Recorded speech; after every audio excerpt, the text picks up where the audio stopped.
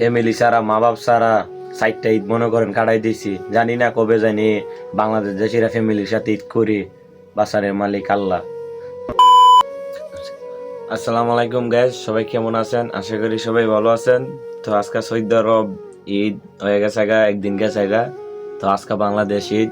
তো বাংলাদেশের মানুষের লাগে সবার জন্য দোয়া করি। ভাই বোনের সাথে, মা বাবার সাথে, আত্মীয় স্বজনের সাথে সবাই লোক যেন সুন্দর মতো ঈদটা কামাইতে করতে পারে। তো সবাইকে বাংলাদেশের মানুষের আবার জানাইতেছি ঈদ মুবারক। আপনারা সবাই সুন্দর মতো ঈদটা করবেন, পালন করবেন। তো আমরা এই প্রবাসীরা, তো এই প্রবাস মনে করেন ইমন লোক আছে। কালকা ঈদ হয়ে গেছে, ঈদের দিন মনে করেন কিছু মানুষ কোম্পানি থেকে ছুটি পাইছে, আর কিছু মানুষ ছুটি পাইছে না।